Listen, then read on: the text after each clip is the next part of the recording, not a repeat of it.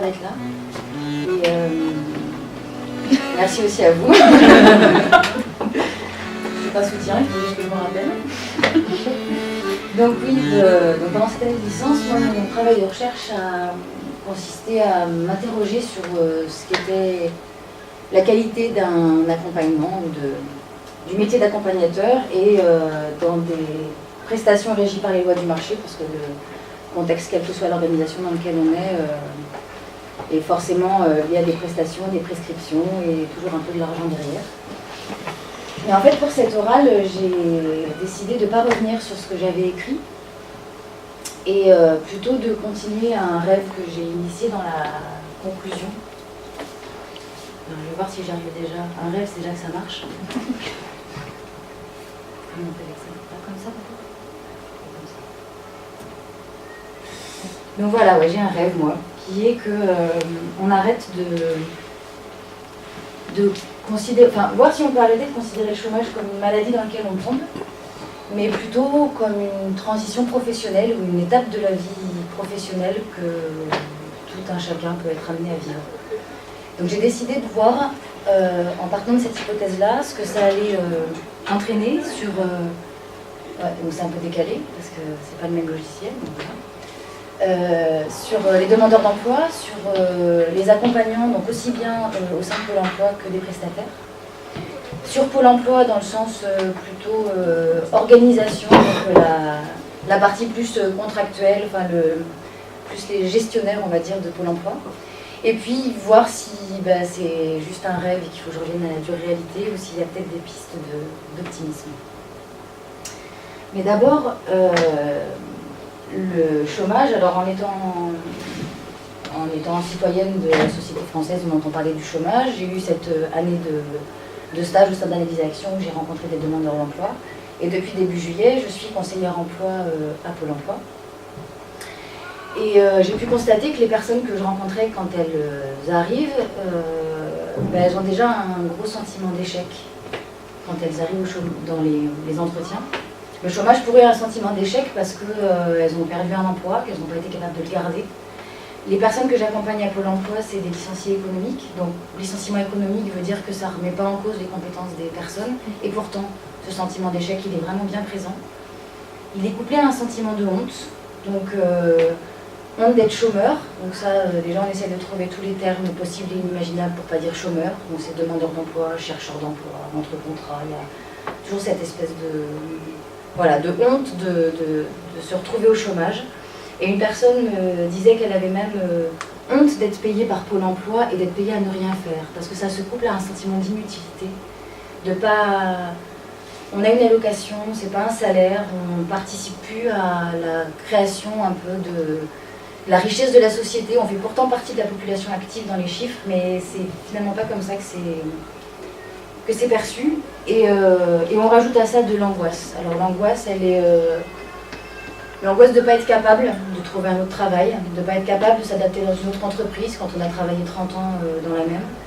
Et puis après, l'angoisse aussi de ce qui peut se passer après, matériellement, comment on va payer son loyer, parce qu'on sait que ça ne va pas durer. Donc il y a tous ces sentiments relativement négatifs qui se mélangent. Et pourtant, quand on arrive au chômage, on nous demande de mettre en avant ses compétences, de convaincre qu'on est vraiment pertinent pour un emploi. Et puis de rencontrer des gens pour développer son réseau, trouver des opportunités d'emploi et être dans le contact et puis optimiste, parce que l'objectif quand même, c'est le retour à l'emploi, parce que tout le monde est assez d'accord sur le fait que le chômage, en fait, il ne faut pas y rester. Sauf que le chômage, c'est quand même une chose qu'on a presque tous rencontré, ou en tout cas maintenant, je pense que de l'énarque à l'ouvrier, il n'y a plus personne qui peut dire qu'il ne vivra jamais une période de chômage. Ça, c'est lié à une modification du marché du travail et une multiplication des contrats à durée déterminée. Donc là, dernièrement, il y a eu une étude de l'URSSAF qui indiquait que fin 2017, 68% des embauches étaient des CDD de moins de 1 mois. Donc CDD, ça veut dire forcément chômage après, il peut y avoir des renouvellements, mais forcément à un moment donné, on se retrouve dans une période entre deux emplois. Après, on accepte un peu plus maintenant la possibilité de changer de travail.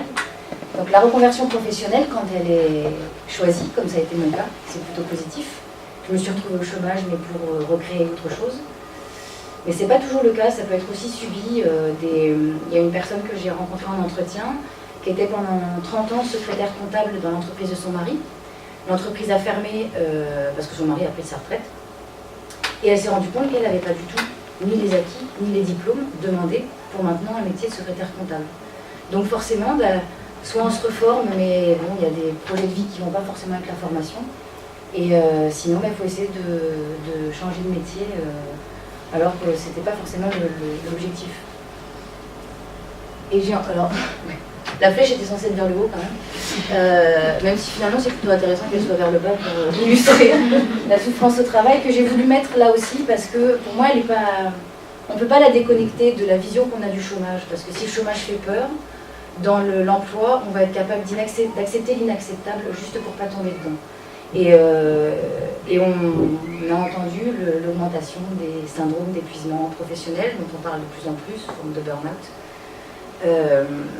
Donc ça fait forcément, bon, les personnes vont être en arrêt maladie, mais il va y avoir de toute façon à un moment donné une période où on va se retrouver au chômage puis essayer de reconstruire sa vie. Donc on n'est pas tous sujets à la souffrance au travail, mais quelle que soit finalement la condition pour laquelle on arrive, on peut être tous amenés à vivre cette période de chômage. Donc prenons-la peut-être juste comme une étape, alors pas forcément souhaitée, mais en tout cas une étape plutôt normale dans une vie professionnelle, puisque on sait que maintenant, commencer sa carrière dans une entreprise et puis jusqu'à la retraite, c'est en tout cas, moi j'y crois plus trop. Alors si on part de ce rêve, voilà, que le chômage est une transition professionnelle, donc quelque chose d'un petit peu plus positif, qu'est-ce que ça veut dire pour les demandeurs d'emploi? Pendant une transition, déjà il y a une chose, c'est qu'il faut faire un peu le point sur ses acquis, donc faire un petit point sur ce qu'on a appris avant. Donc il y a des possibilités de bilan de compétences, de validation d'acquis par l'expérience, quand on veut essayer de mettre rendre visible en fait les compétences qu'on a acquises dans son métier, donc par les diplômes.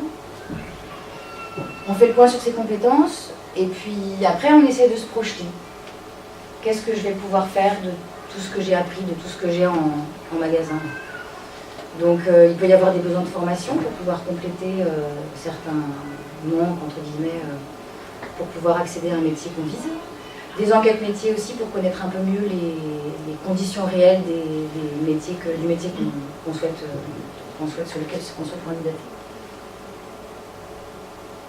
Et également forcément une connaissance du marché du travail, parce que quand on a un projet de métier, c'est aussi intéressant de voir ce qui est demandé en termes de recrutement, quelle est la réalité finalement de ce métier-là, et on sait que les métiers peuvent évoluer. Donc, moi j'ai eu en effet là dernièrement des personnes qui étaient depuis 20 ans dans la même entreprise, faire des fois une enquête métier avec une secrétaire, ça peut être aussi intéressant de voir comment le métier a évolué pour voir, après si on a des besoins de formation, c'est tout un espèce de mélange d'informations pour arriver un peu à faire le point de ce qu'on sait, de ce qu'on veut faire et de ce qu'on a besoin de savoir pour faire ce qu'on veut faire.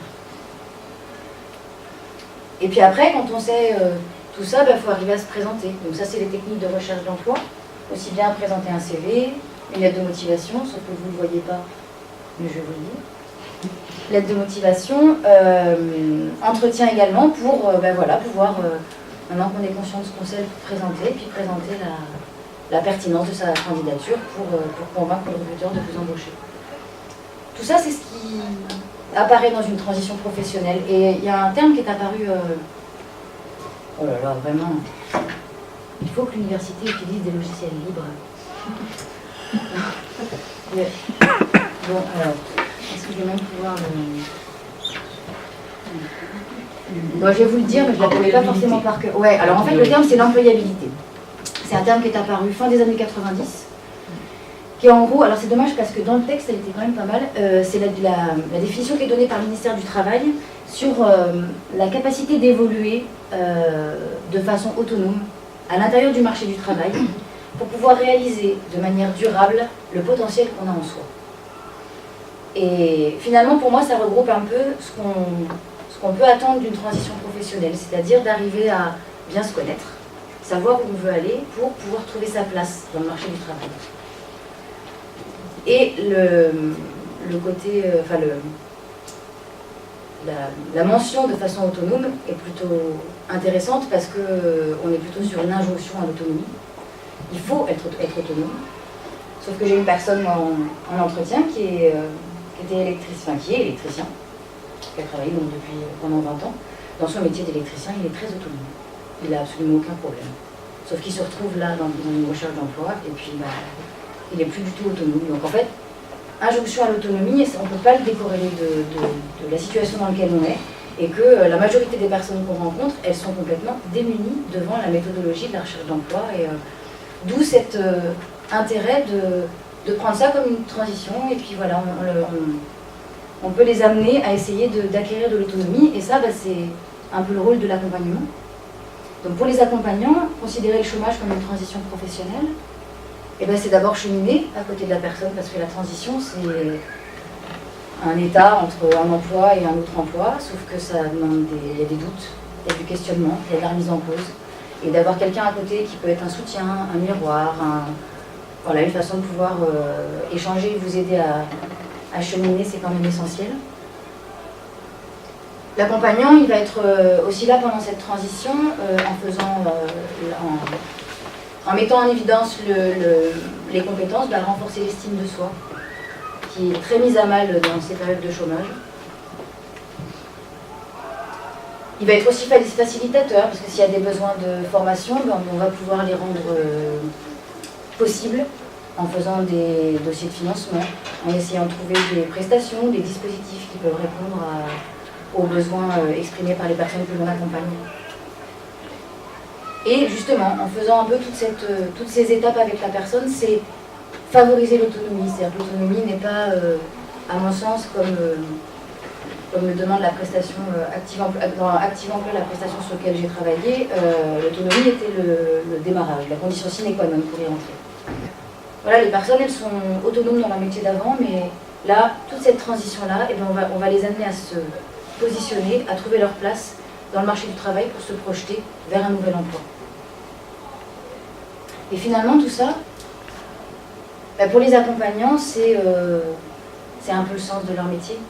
Et que les personnes que j'ai interrogées, qui étaient donc de Pôle emploi ou des différents prestataires, même si la prestation sur laquelle je l'ai interrogée, qui était Active Emploi, l'objectif était le retour à l'emploi, eux, la qualité de leur travail, c'était d'arriver à répondre aux besoins des personnes qu'ils accompagnaient pour trouver un sens, parce que le retour à l'emploi, ils ne peuvent pas forcément influer dessus. Par contre, ils peuvent influer pour renforcer l'estime de soi, développer les méthodologies pour se présenter. Et tous, en fait, disaient, voilà, moi ce qui m'importe finalement, c'est que cette prestation, elle ait un sens pour les personnes que j'accompagne, et donc forcément, elle aura un sens pour mon travail aussi à moi. Ce chômage transition professionnelle, qu'est-ce que ça entraîne pour Pôle emploi ? Si on considère que le chômeur est en transition professionnelle, Pôle emploi, il est là pour assurer l'employabilité des demandeurs d'emploi. Il ne va plus être responsable du retour à l'emploi. Il va juste permettre aux personnes de développer leur capacité à retrouver un travail. Comme la personne est en transition et donc ne subit plus, c'est un rêve, je vous ai dit, ne subit plus son chômage, il va sortir un peu de sa position de sauveur, dont je vais vous trouver un emploi, parce qu'il y a encore des personnes qui appellent en disant voilà, vous m'avez trouvé un emploi. Non. Donc on va sortir un peu de cette position de sauveur, de persécuteur aussi, parce qu'il y a cette partie de savoir est-ce qu'il cherche vraiment un emploi. Il y a un peu les deux aspects, pour vraiment être sur la structure qui va proposer un cadre, proposer des prestations, proposer des accompagnements pour accompagner ces personnes dans leur transition. La gestion prévisionnelle des emplois et des compétences. Et là, c'est pas pour améliorer l'employabilité, c'est pour la garantir. Ils demandent aux salariés d'être conscients de leurs compétences, donc de conscientiser leurs compétences, d'identifier leurs besoins en formation, et comme ça de pouvoir évoluer dans l'entreprise, parce que forcément l'entreprise, le marché du travail et l'économie bougent beaucoup, donc elle est amenée à avoir des contraintes aussi fluctuantes, et c'est une façon de garantir son emploi en étant capable de s'adapter aux besoins de la structure dans laquelle on travaille. Donc finalement, dans ce monde merveilleux, Pôle emploi, c'est un organisme de formation. C'est un organisme de formation, et puis en plus pour des emplois plus durables, parce que toute la méthodologie qu'on peut apporter aux chômeurs dans cette période de transition, c'est une méthodologie qu'ils vont aussi pouvoir transposer quand ils seront salariés, parce que finalement, trouver sa place dans le marché de l'emploi quand on est chômeur, ben, c'est aussi savoir la trouver dans une entreprise, et de la même façon, avec évaluation des compétences, évaluation des besoins en formation. Après, c'est un rêve peut-être. Sauf que, pour moi, en fait, cette chômage en tant que transition professionnelle, c'est un peu une réalité pour les demandeurs d'emploi, qui est partiellement acquise, dans le sens quand ils arrivent, ils ont tous ces sentiments dont je parlais tout à l'heure. Donc, mais à un moment donné, l'accompagnement va... Enfin, en tout cas, c'est un peu... moi, l'idée pour moi d'accompagner ces personnes, c'est d'arriver à leur faire comprendre qu'ils sont sur cette période de transition qui est très riche en enseignement. Et que c'est le moment de se poser pour faire un peu le point sur ce qu'on a fait, sur ce qu'on veut faire. Ça, je peux le faire parce que je suis dans un dispositif qui est sur les licenciés économiques, le dispositif de contrat de sécurisation professionnelle. Oui. Et qui est en effet un dispositif qui permet d'avoir du temps et de prendre le temps de faire le point sur l'emploi d'avant et sur après. Pour les accompagnants, c'est un peu aussi une réalité, même si elle n'est pas forcément officiellement acceptée. Parce que l'objectif des prestations, c'est le retour à l'emploi. Mais les personnes que j'ai rencontrées, comme je le disais, en fait, leur travail, elles savent que c'est pas trouver un emploi aux gens. C'est justement les aider à passer cette transition-là pour être plus fort, plus assuré, plus ancré et être capable d'évoluer de façon autonome dans un marché du travail. Et notamment... de préparer, si par hasard il y a d'autres périodes de chômage, c'est une méthodologie qui aura été acquise. Donc c'est vraiment une... c'est de la formation. Enfin, pour moi, c'est vraiment de la formation. Et pour Pôle emploi, donc en effet, je suis dans le dispositif CSP qui est un peu spécifique, mais bon, voilà, je pense qu'on en reparlera après. Parce qu'il y a quand même juste peut-être un changement de point de vue. Il y a des choses qui sont faites déjà. Après, il est vrai que le changement de point de vue, c'est pas forcément le plus simple. Enfin, le point de vue, c'est pas forcément le plus simple à changer. Mais voilà, en tout cas, il y a des choses qui existent dans la réalité et peut-être juste de changer notre vision du chômage, ça peut avoir des impacts quand même plutôt positifs. Mais c'était un rêve, je vous avais prévenu. Voilà. Je vous remercie de votre attention. Merci beaucoup.